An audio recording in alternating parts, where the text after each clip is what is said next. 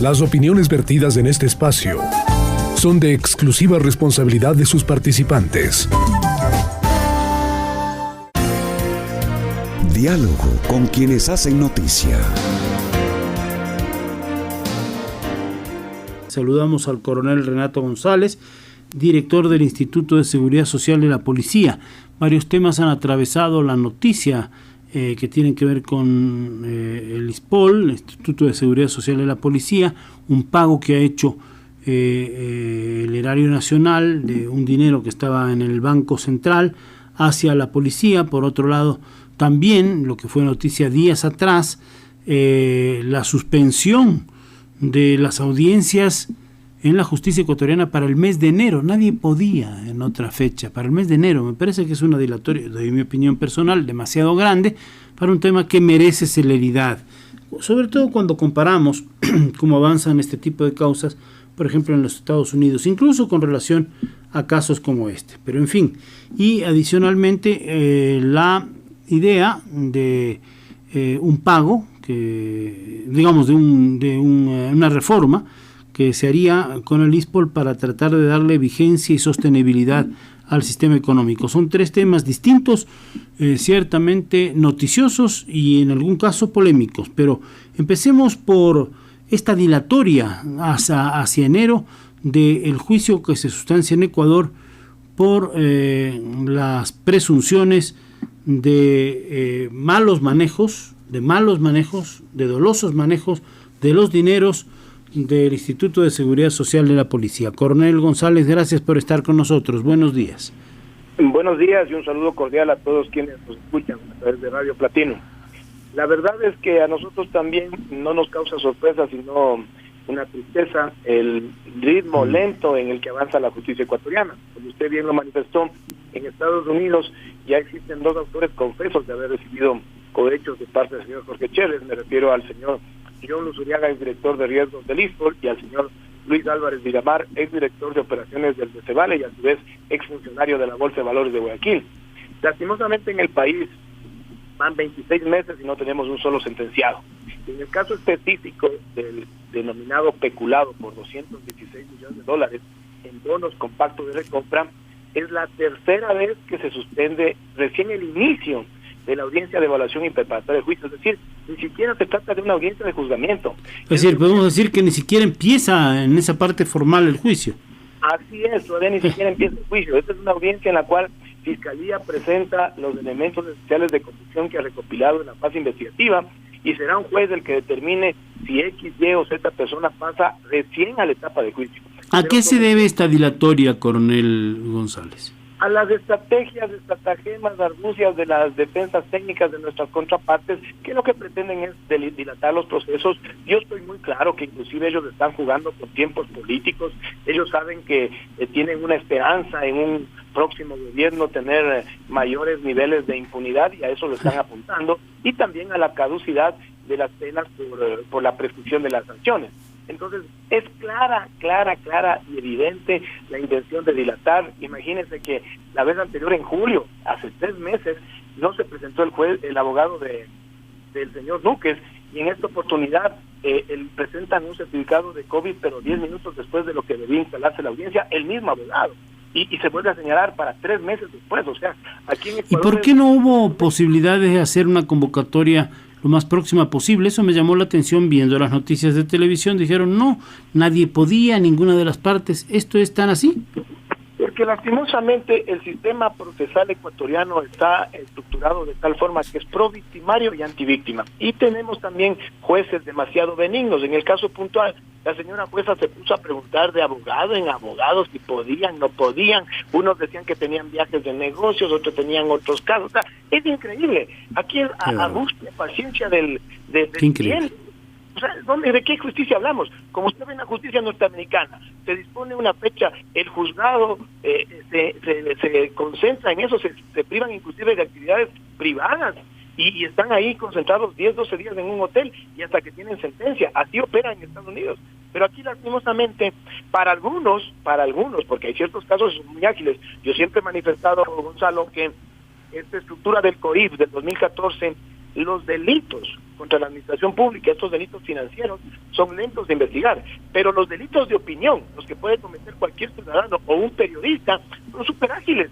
En 10 días usted tiene convocatoria para una audiencia de juzgamiento. Claro, son sanciones pequeñas, a veces de 15 a 30 días de prisión, pero que lo que buscan es amordazar. Pero con eso estamos jugando en el país. Sí. Recordémosle a la audiencia ecuatoriana cuál es el perjuicio que ha caído sobre ISPOL, cuáles son los problemas, qué tipo de operaciones ilícitas se hicieron para que la opinión pública tenga memoria. Vale la pena siempre que la gente sepa de qué hablamos, porque con tanta información ya sabe usted que a veces podemos caer en confusión. ¿Qué le pasó al ISPOL y cuáles son los delitos que se imputan y se tratan de investigar en este juicio que, como usted nos ha dicho, todavía no inicia en la fase crucial que es la instalación?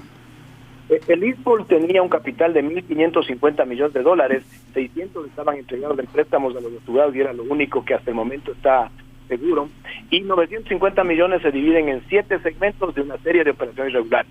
327.3 millones de dólares en una mal llamada operación SWAP, de la cual justamente acabamos de recuperar el remanente, que ya hablaremos más adelante. Sí. Los 216 millones de dólares en bonos con pacto de compra, que es este caso de especulado, que no se instala la audiencia evaluación y preparatoria de juicio. 162 millones supuestamente de compra de bonos de deuda externa, y estos 3 grandes montos que llegan a ser cercanos a 700 millones con empresas del señor Jorge Chérez y Héctor San Andrés y supuestamente custodiados por este banco.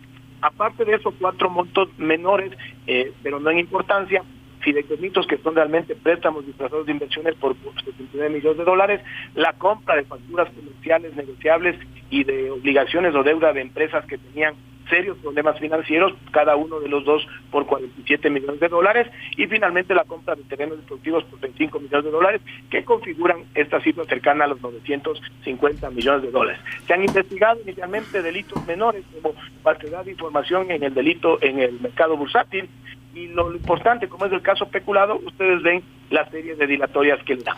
Bueno, de los 1.550 millones, 600 son absolutamente sólidos porque son prestados a los miembros de la Policía Nacional, están ahí, los están pagando puntualmente, ¿no es cierto? Así es, y nosotros hemos logrado colocar en los meses anteriores 305 millones más, gracias a que recuperamos liquidez por las transferencias de los aportes patronales y personales del gobierno. Bien, usted nos hacía referencia a la operación SWAP y lo que acaba de devolver, la semana pasada también fue noticia, dinero del Banco Central. ¿Ese dinero está seguro ya en las arcas del ISPOL, coronel González?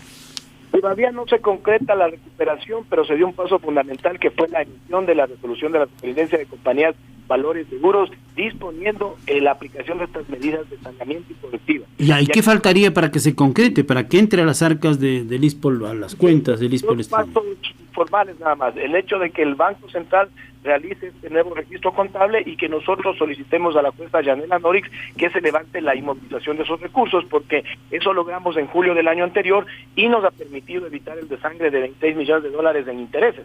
Es decir, de los 290 millones que se recuperarán, esperamos que esta semana, porque hay un plazo de 10 días que nos dio la Superintendencia de Compañías, Valores y Seguros al Banco Central, de los 290 millones de dólares, 263 regresan en bonos de deuda interna que eran propiedad del ISPOL y que indebidamente en el 2016 pasaron a propiedad de Nat.punto LLC, que es una filial de Citibán. Y 26 millones de dólares regresarán en efectivo. Bueno, pero el Citibán tiene que entregar ese dinero, digamos, está resguardándolo, digamos así, pero si hay una decisión de la superintendencia y una orden del central, tiene que volver ya a su legítimo propietario ese dinero, supongo, ¿no? No solo eso, nosotros hemos hablado varias veces con el señor presidente de la República, a quien tenemos que reconocer el apoyo que nos ha dado, al igual que el señor Procurador General del Estado y el mando institucional, pero hemos hablado con él de que el siguiente objetivo a corto plazo es recuperar 40 millones de dólares que el Citibán Nueva York los tiene unilateralmente retenidos en esa ciudad y que están directamente relacionados a esta mal llamada operación SWAP. Aparte de esto, luego iremos atrás de 125 millones de dólares que están confiscados en Estados Unidos, donde nos ha ofrecido el primer mandatario inclusive realizar acciones de carácter diplomático. Bueno, y además, después eso sí tendríamos que esperar sentados para que todos los largos procesos judiciales sigan hasta sumar esos 950 millones desperdigados. Es impresionante cómo con dineros que son destinados a unos fines específicos, salvaguardar la seguridad social de la Policía Nacional, las pensiones jubilares, es decir, que tienen efectos importantes para la supervivencia de una institución y por supuesto de sus miembros, se ha jugado de esa manera y que todavía después de, ya son 3 años, ¿no?, de la denuncia inicial, no haya conclusión de este caso. A mí me parece sorprendente, increíble, y esa es una foto nada más del reflejo de lo que sucede en el país. Quisiera por ahora terminar, y vamos a destinar en otra ocasión más tiempo, a saber cómo están ustedes pensando en rediseñar el modelo de pensiones jubilares para poder hacer que el ISPOL supervive en el tiempo. He oído críticas también diciendo, no, claro, se le quiere ahora cobrar a la tropa, que los oficiales no quieren aportar, que se le quiere aumentar el año de servicios a los miembros de la institución policial, con todas las situaciones que esto podría acarrear. Hay en este momento un proyecto para una reforma legal al respecto, para reestructurar al ISPOL con ese tipo de consideraciones. ¿En qué estamos? Si nos puede hacer una información general de primera mano para en una próxima ocasión abundar, por favor, Coronel González. Sí, voy a tratar de ser muy concreto. Esta semana ojalá ya podamos finalizar la elaboración de esta propuesta de ley. Hay una serie de desinformaciones que vienen precisamente de quienes nos atacaron y que se orientan a todo lo que usted manifestó. Lo que quiero ser claro es que son decisiones que debían haberse tomado desde el año 2005 y que no lo hicieron justamente por mantener los ojos lejos del ISPOL. Pero es inconcebible que se puedan mantener los niveles actuales de la seguridad social policial si no se realizan estas correcciones a las distorsiones que se presentan. ¿Cuáles serían las más importantes a su juicio? Le doy un ejemplo claro. La jubilación tiene que moverse el límite inferior de 20 a 25 años. Y también el promedio de las últimas 48 prestaciones marcará la pensión que deba recibir la persona que se retira. Esos son los dos cambios sustanciales. ¿Eso le generará liquidez suficiente al ISPOL para sobrevivir, aun cuando no se recuperen esos recursos que se desviaron? Así es, porque estos son problemas estructurales, como le manifiesto, acarreados de varios años, y que lo del atraco es algo coyuntural. Pero los estudios actuariales nos dicen que si no se corrigen estas distorsiones, los recursos solo alcanzan hasta el año 2044. Son decisiones que se han postergado ya 17 años y que deben ser asumidas con mucha responsabilidad. Coronel, pero presumo yo que será para los nuevos aportantes, para los nuevos funcionarios. Es decir, hay personas que probablemente están por alcanzar ya la edad de jubilación y que tampoco es justo decirles, bueno, ahora sí otros 5 años más. Hay que hacer algo, una tabla, digamos, para que entre en vigor esta nueva norma, si es que pasa el proyecto de ley en la Asamblea Nacional. Precisamente lo que se prevé es un periodo de transición. Por ejemplo, Claro. Los 19 años pasarán a 21, los de 18 a 22, los de 17 a 23 y los de 16 a 24. Es decir, es paulatino. Exacto, los que tienen 15 años de servicio, que están muy alejados de su límite inferior, pasarán a 25, pero no se les afecta en su cálculo de pensión, porque a partir de los 20 años siguen ganando ya un 3% adicional. Y quiero recalcar una vez más, dejémonos de ese sectarismo que lo aplicó mucho el correísmo, de dividir entre oficiales y tropa. Aquí las medidas van para absolutamente todos. Porque se está diciendo eso y por eso se lo pregunté.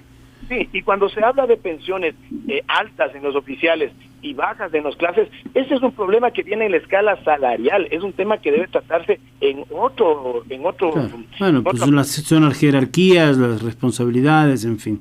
Exactamente, lo mismo que los tiempos en cada uno de los grados. Eso no lo establece la Ley de Seguridad Social, eso lo estableció la última semana el gobierno de Correa, en mayo del 2017, con el famoso COESCO, y cuando presidía la Asamblea José Serrano. Esos son daños que los hicieron otros y que nos quieren aducir a nosotros, y no lo vamos a permitir. Diremos las cosas como son.